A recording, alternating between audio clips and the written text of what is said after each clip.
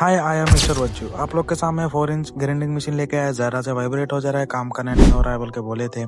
ठीक है, इसको हम खोल के देखे थे। देखने के बाद पता चला था ऊपर वाला जो बेरिंग रहेगा टॉप में, उसका थोड़ा प्रॉब्लम लग रहा था। ठीक है, हमारे पास तो इसका मटेरियल नहीं है। ठीक है बोल के power and tools sales and service के पास लेके गए थे, शॉप के पास। वो लोग बता दिए थे जो बेरिंग है वो चल गया है सर, उस वजह से वाइब्रेट ज़्यादा हो रहा है बोले थे। ठीक है, नया डाल दो बोला। वो लोग बोले थे 2 रकम का है, इसके अंदर एक प्लास्टिक वाला है जो मेरे बॉडी को, अभी जो मशीन को प्लास्टिक वाला है, और एक एल्यूमिनियम रहेगा।